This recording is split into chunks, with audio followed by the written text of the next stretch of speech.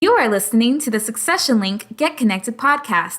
Succession Link is the leading networking and communication platform connecting financial advisors who are interested in buying, selling, merging, and finding succession planning options for their practices. Please welcome the host of Get Connected and co-founder at Succession Link, Phil Flakes. Welcome back, and thanks again for joining episode number 4 of Get Connected. And again, I'm your host, Phil Flakes. This is the podcast show committed to helping financial professionals on their journey to buy, sell, merge, and network effectively on the Succession Link platform. And so last week was an exciting week here at Succession Link, as we had a great networking event in Boston, Massachusetts. And I want to thank the 40+ current and prospective members of the Succession Link community that attended, as well as the Master of Ceremonies, Scott Abry, the speakers, and sponsors for the event, which included Altegris, Dreyfus Funds, James Alpha, Live Oak Bank, and United Advisors. And so that was our third event so far this year, and we certainly have plans to do a few more throughout 2017. So for anyone looking for additional information on upcoming networking events, certainly reach out. Historically, we have done them based on areas with the strongest member interest. So it's always good for us to hear from you to know if we should make it out to your city whenever possible. In today's episode is our final episode of season number 1. And we're going to stick with the format that seemed to serve us well up until this point, while also trying to set the stage for season number 2.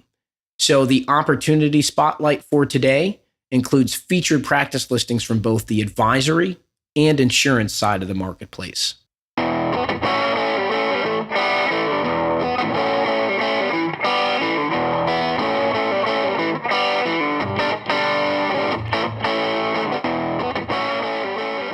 The first practice comes to us from Lockport in New York, with $58 million in assets under management and over $485,000 in annual gross revenues. This advisor is looking to sell, merge, or find a successor, and the number of accounts that make up this practice is 480, and the average client age is 60 years old. The breakdown of commission to fee-based business is 75% commission and 25% fee-based business. This is an independent investment advisor with over 35 years in the business. They are a portfolio manager with fee-based and commission business, looking for a current partner to work with clients and eventually take over the business. Further on the business mix breakdown, 25% is in managed money, 25% in mutual funds, 30% in alternative investments, and 20% in other. The clearing firm is First Clearing, and the mutual fund companies are American Funds, Franklin Templeton, Ivy Funds, Lord Abbett Funds, and Putnam Funds. And the technology solutions that are utilized in the practice, the only one listed here is Advent. The next practice comes to us from Boulder, Colorado, with $180 million in assets under management, and the annual gross revenues is just over $1.6 million in annual gross revenues. The location is Boulder, Colorado. The number of accounts that make up this practice is 200, and the average client age is 70. The business mix breakdown, so fee-based business to commission-based business, is about 68% commission-based business and 32% is fee-based business. This advisor is looking for an individual to buy the book of business and merge their business into the advisor's practice. So anybody that is a buyer needs to have an existing book of business. Also, the ideal candidate should have a Series 7, Series 66, and health insurance licenses as well.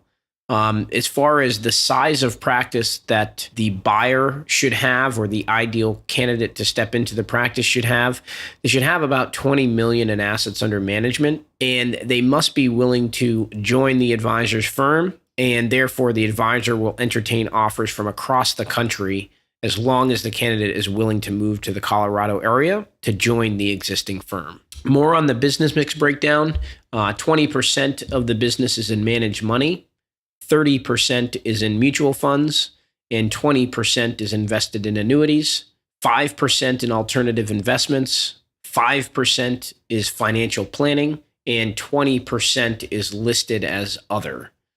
Some of the third-party money managers that are utilized in the practice are BlackRock, Davis Advisors, MFS Investment Management, PIMCO, and Eaton Vance Management. And the mutual fund companies, there's quite a few, but we'll focus on maybe the top 5 or so. It's Allianz Funds, American Funds, BlackRock, Columbia Management, and Davis Funds. And again, there are several others that are in the practice as well. When you take a look at the show notes, you'll see a link to this practice so that you can obviously see all of the mutual fund companies that make up this practice, or at least the mutual fund business in this practice. For variable annuities, the carriers are AIG, Jackson National, and MetLife. And then the technology solutions mentioned here, only one is Morningstar. And then the CRM system that this advisor is utilizing in the practice is Salesforce. So again, this practice is in Boulder, Colorado, with $180 million in assets under management and just over $1.6 million in gross annual revenues. The next practice comes to us from Longwood, Florida, with over $450,000 in annual gross revenues and $2.5 million in premiums. This agency is looking to sell or possibly merge, but certainly find succession and certainly find continuity. The agency, again, gross revenues are just over $450,000. The average client age is 45. And if you look at the breakdown between the premiums to renewals, 85% of the business is renewal business and 15% are premiums. The overview of this practice is 25 plus years in business, 11 years as an independent. There are multiple locations. They are writing throughout the Southeast. They have a concierge client service model and an innovative sales model. They're looking for a partner or possible multiple investors with capital infusion in exchange for equity in the business. The business mix further goes on to say that just about 1% of the business is in life insurance, 29% is in auto, 55% is in home insurance, 14% is in commercial, and then there's 1% that is listed here as other. The life insurance business is done with AXA Distributors, Banner Life Insurance, Genworth Financial, Mutual of Omaha, and American National Insurance Company. The auto insurance is done with Chubb, Mercury, Progressive, Safeco, and Travelers.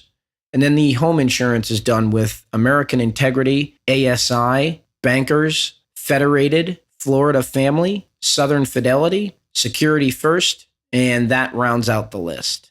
The agency management system is Hawksoft, and for the commercial insurance business, looks like they're using Progressive. The next practice comes to us from Bronxville, New York, and has over $300,000 in annual gross revenues.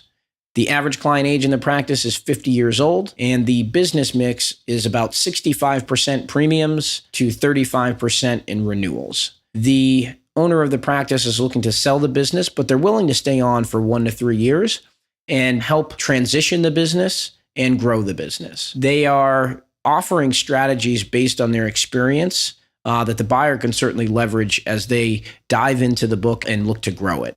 This advisor was very driven, hardworking, held a CLU, a CHFC, and has been selling insurance for over 40 years into different markets.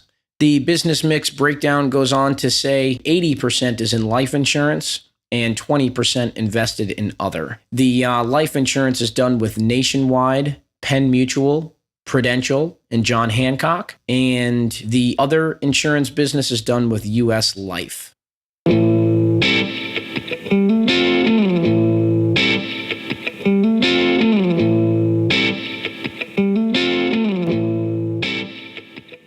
Up next, Jack Foote, Customer Service Manager at Succession Link, will explain the differences between the basic, light, and premier subscriptions and provide instruction on how to get signed up for Succession Link.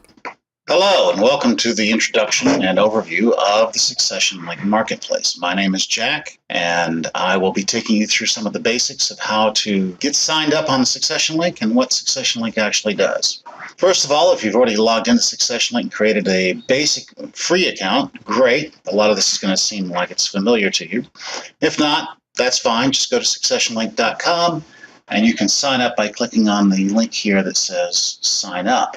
When you're signing up, you might want to choose first which pricing level you're interested in. There are three. The basic subscription, of course, is free, but then it's free for a reason. It allows you to do searches, but it does not allow you to make contact with anyone that you find in that search. The Lite subscription is $297 a year. The Premier subscription is $850 per year, and each has its advantages and disadvantages. Both Lite and Premier allow you unlimited replies to messages, but Lite subscribers can only create 3 new ones per month, whereas a Premier subscriber can create up to 30 new messages per month. Also, we're going to talk about this later when we talk about the types of searches you can do. One of those is the opportunity filters. The opportunity dashboard list, you can create up to 3 of those as a Lite subscriber. You can create up to an unlimited number of opportunity filters as a Premier subscriber. Okay, so what is Succession Link? Well, first of all, it is a searchable marketplace. It would be fair to categorize Succession Link purely as a technology company because of that. Our platform is an online, searchable, peer-to-peer networking and communications platform that operates entirely on an annual subscription basis and allows our subscribers to create their own profiles and then reach out to one another directly through our online searchable marketplace. But what we don't do is get involved in the actual transactions that take place between our subscribers. We're not a broker. We're not a consultant. We're not a player, if you will. We actually have no direct involvement in the outcome of any contacts that may develop between our subscribers. Because of that, we have no commission structure, only the subscription fee for Lite and Premier subscribers. But also because of that, we have no way of offering insight into any of our subscribers beyond what each of them has already placed into their own online profile. A sign-up form is going to require you to choose one of 2 options. You can sign up either as a financial advisor, or you can join up as an insurance agent. Either way, the questions are quite similar. Let's assume for the moment that you're going to sign up as a financial advisor, either a buyer or a seller, or you're looking to merge, or some combination or variation on those themes. When you're creating an account, you're going to choose what your goals are. Are you looking to buy a practice? Are you looking to sell a practice? Are you looking to merge a practice? Are you looking to find succession? In other words, are you looking to find a succession partner who would join your practice and eventually be offered the opportunity to buy it? Or are you looking for a continuity partner, which is almost the same thing as a succession partner, except that the succession partner is usually given a finite timeline. X number of years will pass before you're given the opportunity to make an offer on the practice, whereas a continuity partner would be a little bit more open-ended. He would be offered the opportunity to join the practice, but would not be offered the opportunity to make an offer to buy the practice until the principal senior advisor either chooses to retire or becomes incapacitated or ill or passes away.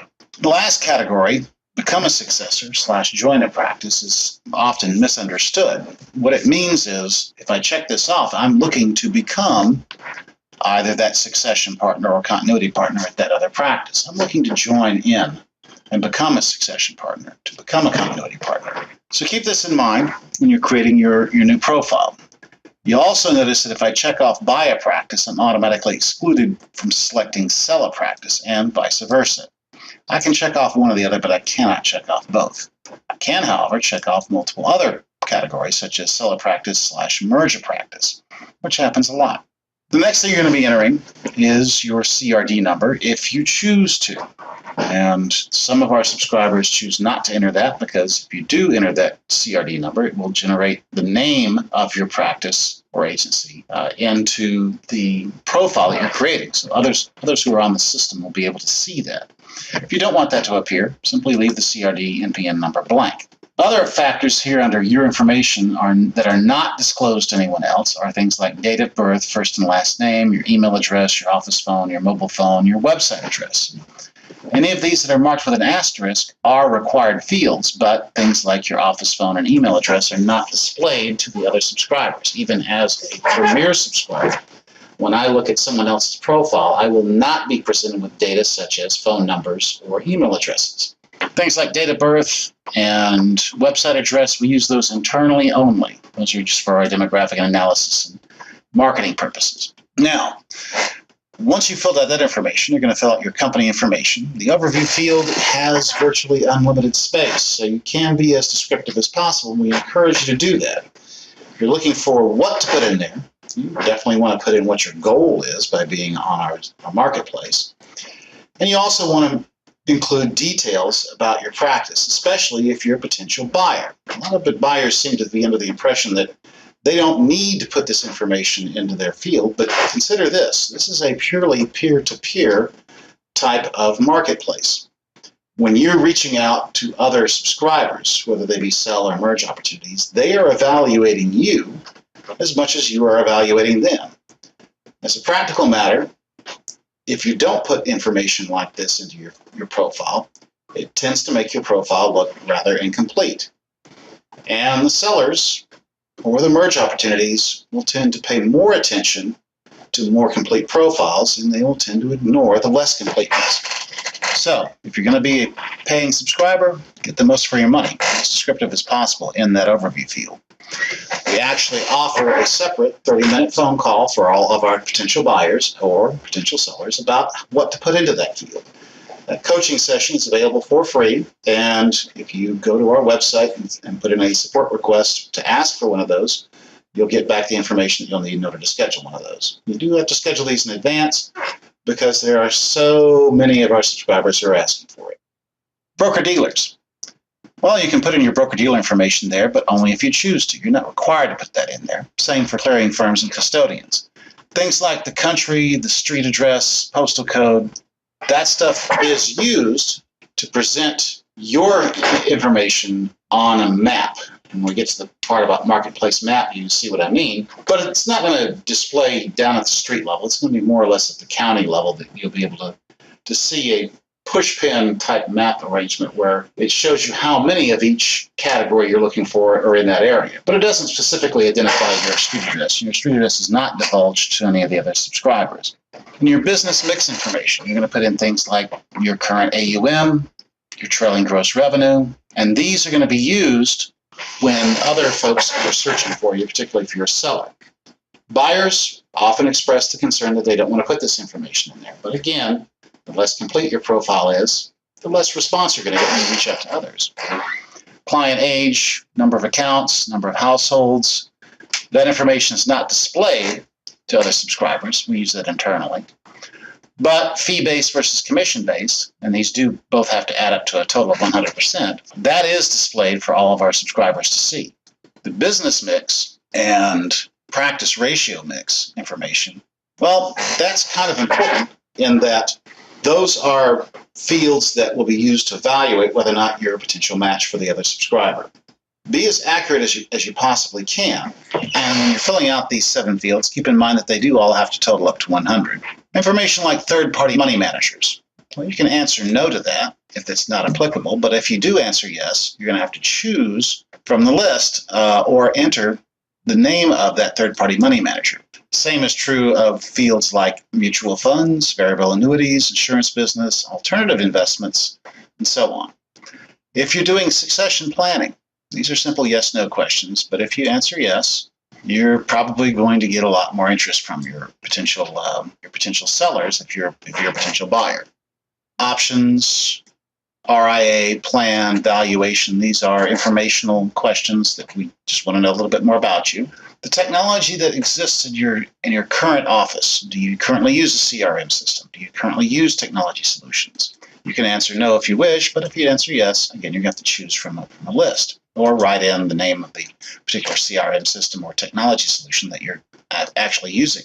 Now, getting down towards the bottom, there's a question about office space. Do you have office space available to share, and are you looking for office space? And these are simple yes-no questions. you can answer no to both of these. Down at the bottom, terms and conditions. You do have to put check marks on both of these. You do have to agree to the terms of service. If you have questions about what the terms of service look like, go ahead and click on this button where it says terms of service. When you're doing your evaluation as a basic subscriber, keep in mind that you do want to do a few searches, and you do want to set up your own automated search agent. And you want to think about what it is that resonates with our system, with how you would envision taking advantage of it. If you see something that you like, or if, for example, you hear something you like in one of those interviews, in those audio files, go ahead and read the articles in the blog. Find out more about what's going on inside the system. Do a few more searches and then make your decision as to whether or not you want to upgrade to Lite or Premier. We look forward to welcoming you as any type of subscriber you choose to be, whether it's Basic, Lite, or Premier. Thanks, Jack. For more information on Succession Link, please reach out to our customer service team at info@successionlink.com. You may also sign up using the link in the description box below. Hello, Succession Link community. My name is Evie, and I am the head of operations at Succession Link. I would like to bring to your attention some useful tips and tools that you may or may not be aware of that are provided to you by Succession Link. Although we do not actively participate in business transactions, we at Succession Link make it our goal to ensure we provide our users with tools that will assist in the preparation to buy, sell, merge, and find succession planning options for practices. In this episode, I would like to address a frequently asked question from the buyers within our community. The question is, I have contacted a seller about my interest in their practice, but they have not responded. What can I do to get more replies to my messages? There are several reasons why a seller may not reply. One being, the sender's profile information is incomplete. Buyers need to include as much information as possible about their practice and complete all sections of their profile to increase their response rates. Some sellers have particular requirements, such as geographical preferences. In these cases, local buyers may receive higher response rates than others. Most importantly, if the content of the message does little to express sincere interest to the seller, the message may be overlooked. Let's compare two different messages from a buyer looking to acquire a practice. First, a message that typically fails to generate a response sounds like this. Hello, we are interested in purchasing. Can you reply with details? Or perhaps, hello, I have seen your profile several times, and I wanted to see if you were interested in having a conversation about your practice and what you're looking to achieve. Although these statements are brief and straight to the point, they do not provide significant information to prompt a reaction from the seller. Here is a sample of a message that will be more successful at generating a response. Hello, we are from John Doe Firm, and we are looking to partner with other like-minded firms to capitalize on current growth opportunities. In the past year, we have added over $700 million in assets under management and approximately 600 new clients organically. Geographically, your location makes sense for us as we are in need of a local office to service clients in your area. If you have some time, I'd love to have a conversation with you to learn more about your firm and to see if there may be a possible fit. A message such as this not only provides a background on the buyer's practice, but also indicates the reason for their interest in acquiring the seller's practice. The buyer has identified their goals and indirectly acknowledged the information on the seller's profile by noting their geographic area, which tells the sellers you took the time to analyze their profile. Since the demand for buyers attempting to acquire practice is much higher than the supply of sellers, the experience in the marketplace is different between the two. Sellers experience a high volume of messages from buyers inquiring about their practice. For many reasons, this is why it is important for buyers to make sure they stand out amongst the others. Here at Succession Link, we provide personal one-on-one coaching sessions to assist buyers on their approach to sellers and how to draft messages to generate responses. To schedule a one-on-one coaching session, please follow the link in the description box below or submit a request to info@successionlink.com. I hope you found this information useful and I look forward to providing more tips in the episodes to come. As always, thanks so much for listening to this episode and for helping make season number 1 of this podcast series such a success. We will be off for a few weeks before starting season number 2, but during that time, we welcome your feedback so that we can make sure that the content really adds value to your experience on Succession Link. In season number 2, we plan to have more episodes that include interviews with members, partner firms, and the Succession Link internal team.